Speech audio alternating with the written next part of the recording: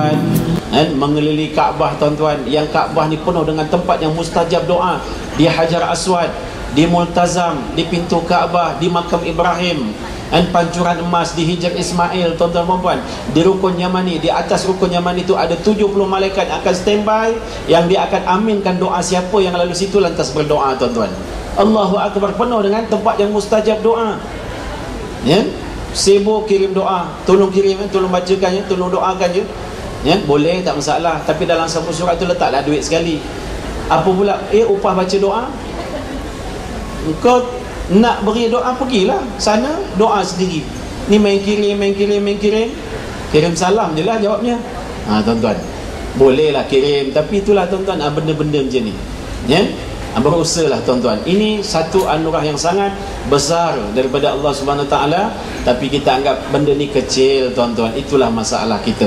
Apalagi tuan-tuan dan puan, amalan berganda 100,000 pahala tuan-tuan. Allahu Akbar. Ya, 100,000.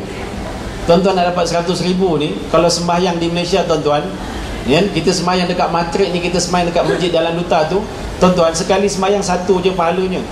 Besar macam mana pun masjid tu tuan-tuan, sekali sembahyang satu je. Panggillah Imam Mekah datang sini tuan-tuan, satu juga tuan-tuan. Kalau sembahyang seorang, satu je pahalanya. Kalau sembahyang berjemaah 27 kita kalikan 5 tuan-tuan, baru berapa? Ini sekali dia sembahyang dekat Masjidil Haram, tak berjemaah pun tuan-tuan. Sampai-sampai saja Imam Sudes dah, Assalamualaikum warahmatullahi, Assalamualaikum warahmatullahi, habislah tuan-tuan. Kita pun sembahyanglah seorang-seorang. Sembahyang seorang tu pun tuan-tuan 100,000 tuan-tuan. Kita sembahyang 10 kali berjemaah pun tuan-tuan, berapa tuan-tuan? Cuba fikir-fikir, ya? Ni cuba fikir tuan-tuan, ya? 100,000 kita sembahyang seorang-seorang tuan-tuan, ya? Seorang-seorang kita sembahyang 100,000. Kalau berjemaah digandakan 27 tuan-tuan. 100,000 kalikan 27 berapa tuan-tuan? 2.7 juta pahala tuan-tuan. Bukan RM, ya. Kalau RM confirm semua ni nak pergi hari ni juga. Ustaz nak pergi, Ustaz, ya? Ustaz nak pergi umrah ke? Ya betul, saya nak pergi umrah minggu depan tuan-tuan, 30 April. Baru ni bulan Mac yang lepas saya pergi tuan-tuan, 9 Mac saya balik, 16 Mac. Kemudian saya pergi balik 23 Mac, saya balik 31 Mac, ya. Ni saya nak pergi 30 April, saya akan balik 11 Mei. Kemudian saya pergi lagi 22 Mei, saya balik 1 Jun. Kemudian saya pergi lagi 21 Jun, saya balik, ya, 1 Julai. Kemudian insya-Allah saya akan pergi lagi 18 Julai, saya balik pula Ramadan. Tuan-tuan, tahun ni saya nak enjoy, dan sebanyak boleh pergi ke mana tuan-tuan? Ke Mekah, ya. Siapa nak pergi dengan saya bolehlah tuan-tuan. Kita boleh bagi harga adik-beradik, ya. Bukan free tuan-tuan. Aku pun bayar, kau nak free. Banyak cantik, tuan-tuan. Ini semua nak free tuan-tuan puan. Pahala tak, tapi free, ya. Bayar kena bayar tuan-tuan. Cuma boleh bincang lah, ya. Tak boleh lamsam, bayarlah 10 kali. Itu dah melampau dah tuan-tuan, ya. Itu cerita dia. Itu akhirnya terjebaklah dengan macam-macam sindiket. Umrah murah, ya.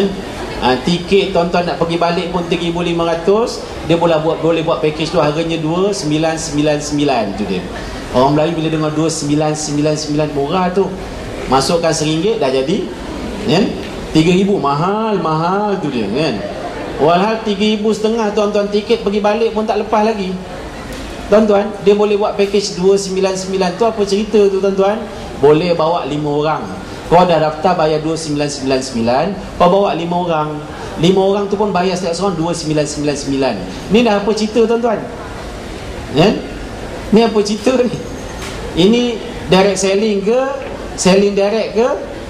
Tuan-tuan, apa cerita ni? Kena beringat. Nak pahala, berusaha tuan-tuan. Bukan main boleh percuma-percuma. Cari orang 10 free 1, 10 free 1, ya. Yang bestnya ustaz-ustaz pun ada perangai macam tu juga, ya. Tuan-tuan, berjemaah dikalikan 27 jadi 2.7 tuan-tuan, ya. Satu hari kalau 5 kali kita berjemaah tuan-tuan di Masjidil Haram, berapa banyak pahalanya tuan-tuan? 13.5 juta. Satu hari je tuan-tuan, kita boleh kumpul pahala sebanyak ini. Duduk kat Malaysia 50 tahun tak keluar-keluar tuan-tuan, boleh dapat. Sayang sangat kat Malaysia, tak nak keluar lah. Ya, tak nak keluar langsung tuan-tuan. Walhal sekali je pergi Mekah tuan-tuan, sembahyang berjamaah 5 waktu, banyak tu Allah bagi. Tuan-tuan nak dapat 13.5 juta ni tuan-tuan, tuan-tuan kena beribadah selama 100,000 hari di Malaysia. Nak dapat 13.5 juta tu tuan-tuan, pahala sebanyak 13.5 juta tu, tuan-tuan kena beribadah di Malaysia selama 100,000 hari. Tuan-tuan tahu tak 100,000 hari tu berapa umur dia? 1 tahun 365 hari, betul tak?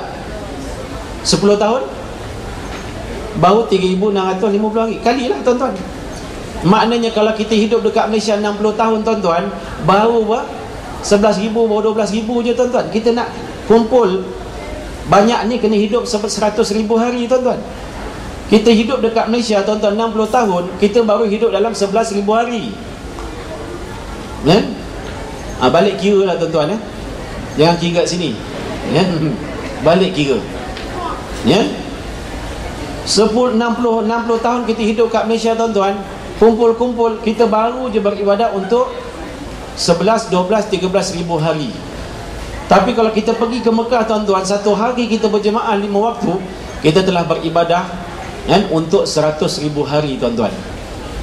Itu pun kalau kat Malaysia tuan-tuan 60 tahun tu, kalau kita ibadah pada kecil, lahir-lahir dia terus zikir tuan-tuan, lahir-lahir terus semayang. Ada siapa lahir terus semayang? Mana ada tuan-tuan. Kebanyakan semua nak kira umur balik. Balik pula tu bukan balik 15 tahun keluar haid ke mani ke tak, balik umur 40 tahun. Lagi masalah tuan-tuan. Mana kalau kita ambil umur 40 tu baru nak jadi orang baik tuan-tuan perempuan, mati umur 60, 20 tahun saja beribadah. Yang lain jadi apa tuan-tuan? Masalah betul. Dan ini anugerah besar daripada Allah Subhanahu Wa Taala tuan-tuan. Berusahalah. Dan so maknanya lagi banyak pergi sana, lagi banyak pahala yang kita boleh kumpul tuan-tuan. Untuk apa sebenarnya? Bukan untuk kita buat dosa pula lepas tu, tidak. Kokotlah kalau kita mati umur 40 tahun, 50 tahun, kita tahu memang banyak dosa kita buat kat Malaysia ni tuan-tuan. Banyak sangat dosa kita buat. Pahala tak seberapa, dosanya banyak. Ibadah tak berapa, maksiatnya banyak tuan-tuan.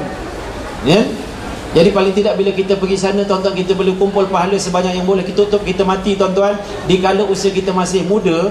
Tapi bila mana nanti malaikat akan hitung pahala kita, ya Allah, beruntungnya budak ni, beruntungnya orang ni walaupun mati umurnya muda, tapi pahalanya seakan-akan dia telah beribadah ribu-ribu tahun tuan-tuan. Masya Allah.